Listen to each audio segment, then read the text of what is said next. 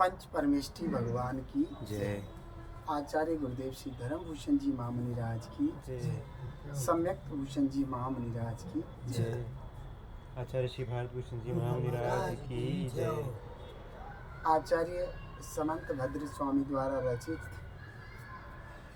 महान ग्रंथादिराज श्री रतन कंठ शाकाचार्य हमारे समक्ष विराजमान है। ये महाग्रंथ इस जीव को आत्मा से परमात्मा बनने के लिए बड़ा ही सहायक है। आत्मा से परमात्मा बनने के लिए इस ग्रंथ में बताई गई जो क्रियाएं हैं वो जीव के लिए बड़ी ही मौलिक है, बड़ी ही आत्महितकारी है। बात चल रही थी रतनकंठ शाकाचार्य के पहले अधिकार की, जिसमें अब तक हमने देव शास्त्र गुरु का जो स्वरूप समझा था, उस स्वरूप में किसी प्रकार की शंका ना हो। जो सच्चे जिन मार्ग में, जिन धर्म में देव शास्त्र गुरु का स्वरूप कहा है,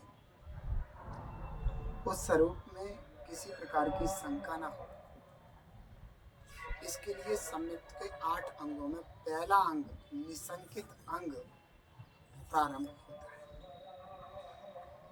11वां श्लोक है निसंकित अंग का स्वरूप। इदमेवेद्रसमेव तत्त्वं नान्यन्न चान्यथा इत्थकम्पाय संभोवत् सन्मार्गे संशयारुचि। मैं आपसे बोला था कि आचार्य श्री समंत भद्र स्वामी ने इस ग्रंथ में जो श्लोकों का निरूपण किया है, ऐसा मान लो कि श्लोक अपने आप में पूरे भरे पड़े हैं, ना कुछ अधिक श्लोकों में लिखने की जरूरत है, ना उनमें कुछ कमी करने की जरूरत है। हाँ, उन एक एक श्लोकों पर अगर टीका की जाए तो व्याख्या की जाए तो निश्चित रूप से लगता है कि एक एक श्लोक से कई कई ग्रंथ बन सकते हैं। अब यहाँ पर ये श्लोक भी जो लिखा हुआ है, निसंकित अंग के लिए इतना सुंदर श्लोक है कि इसमें कुछ छोड़ा नहीं है कि निसंकित अंग कैसा होना चाहिए। आचार्य भगवान समंतभद्र स्वामी निसंकित अंग को स्पष्ट करते हुए कहते हैं तत्वम। अब यहाँ तत्व जीवादि 7 तत्व होते हैं, जीवादि 9 तत्व होते हैं, पुण्य पाप और मिला दो तो उनको पदार्थ भी कहते हैं।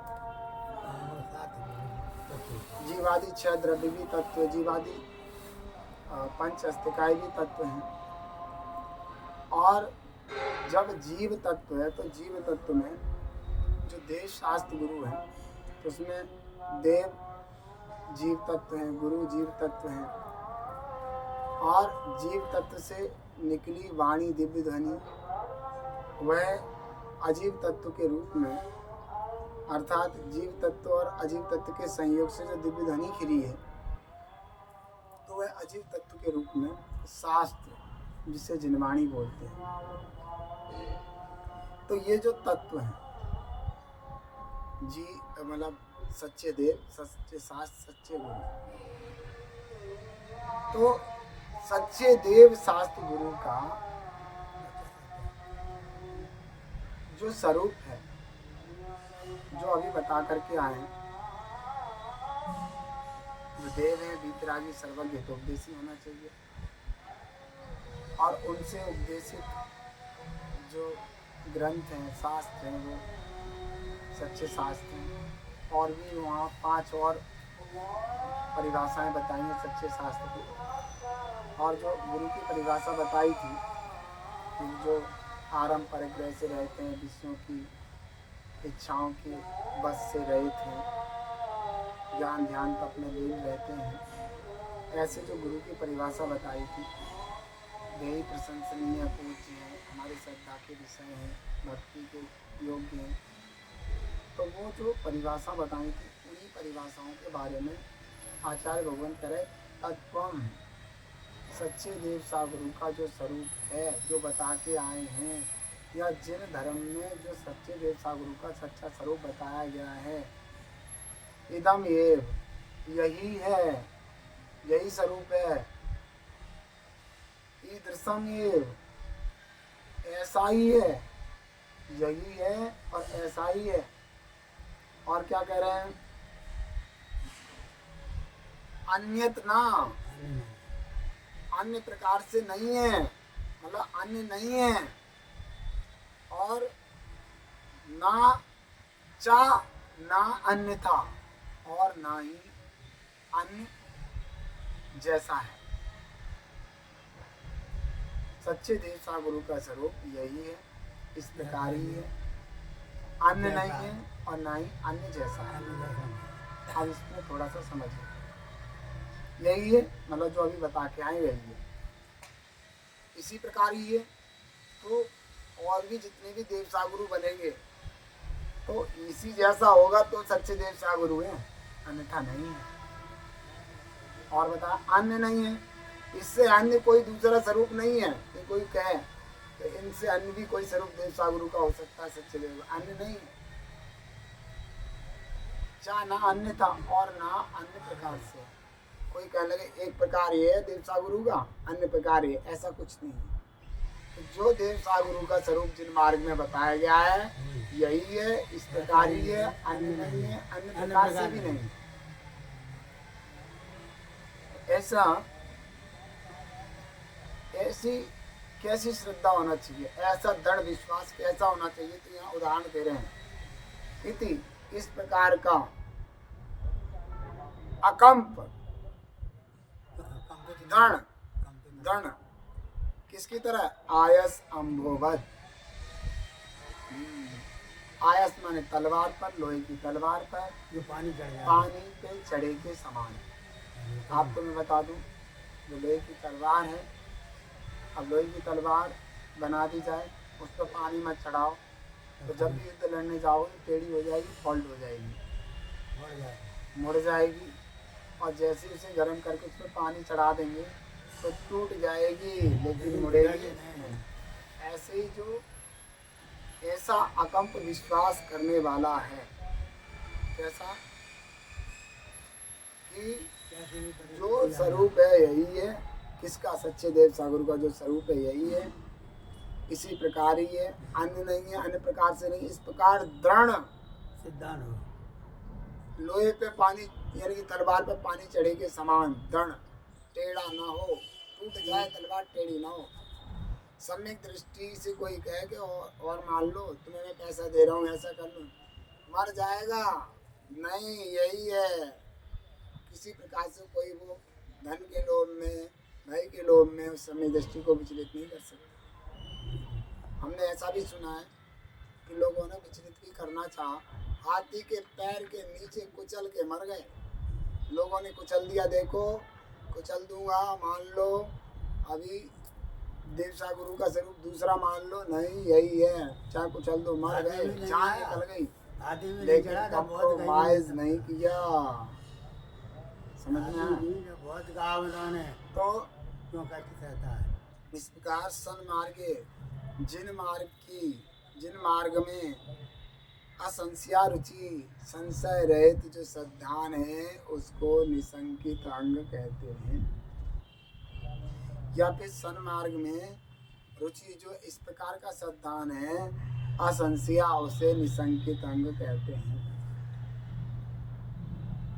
तो देखो कितना अच्छा यहाँ समंत भट्ट स्वामी ने कहा है। देखो ऐसे अंग में रेवती रानी का देखो दृढ़ विश्वास कैसा था, और भी अनेकों महापुरुष हुए हैं, अनेकों सतियाँ हुई हैं। उन्होंने जो है, सतियाँ किसे कहते पता है आपको? सतियाँ उन्हें कहते हैं जो अपने सील में दृढ़ रही हो और जिन धर्म के प्रति अटूट आस्था रखी हो उन्हें सत्य कहते हैं। जिनका कैरेक्टर विशाल हो, निर्मल हो और जिन धर्म के प्रति तीव्र और विशेष आस्था रही हो उन्हें सत्य कहते हैं। तो यहाँ पर निसंकेत अंग के बारे में बहुत ही सुंदर तरीके से आचार्य समंतबद्ध जी ने कहा है। हमें भी आस्था इसी तरीके की रखनी चाहिए। हम थोड़ी थोड़ी बात पर चिढ़ जाते हैं।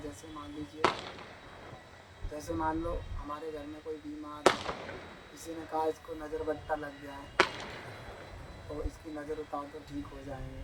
हमको तेल में बट्टा भिगो और गरम लगेंगे। जैसा तेल डालोगे वैसी वैसी तेज तेज वो बत्ती जलेगी।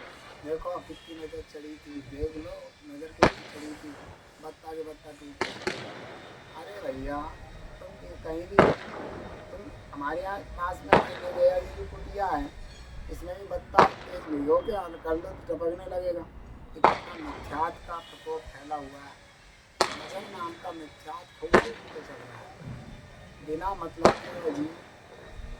नज़र के चक्कर में और भी अनेकों किसी से कह दिया भाई तुम्हारा बेटा जल्दी जल्दी बीमार होता तो नज़र चढ़ गई, या तुम्हारा बेटा जल्दी जल्दी बीमार होता तुम्हारे देव पिता तुम्हारे पे हावी हो रहे हैं, उनके थान बनाएंगे, पूजेंगे, पाटेंगे, पता नहीं क्या क्या करेंगे लोग।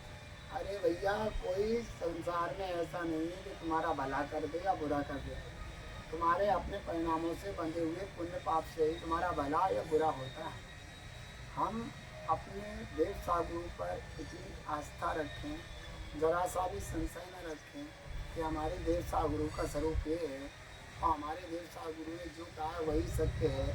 और जी देव सागुरु की जो भक्ति है, उनके गुणानुवाद है, उनकी जो पूजा पाठ है, उससे मुझे करके हमें जो पुण्य का आश्रम होता है उससे संसार में सारी अनुकूलताएं प्राप्त होती हैं। सारे रोग और दुख तकलीफ रूपी संसार में जितनी भी प्रतिकूलताएं उनका नाश होता है। ऐसी आस्था हमारे अंदर बैठनी चाहिए और हमें अपने देव सागुरु के प्रति पूर्ण आस्था, जरा सा भी शंका नहीं होनी चाहिए। जरा सी भी शंका होने पर आपको जो है 700 पुण्य का बंध नहीं हो सकता। निसंकित गुण के साथ ऐसे जीव के परिणाम लेना चाहिए जिस परिणाम के कारण वह जीव शीघ्र ही मोक्ष मार्ग में चलकर के भगवान बन गए। समझे? मुझे विश्वास है कि आप ऐसे इस श्लोक को पढ़ करके समझ करके अपने जीवन को उन्नत बनाएंगे। इसी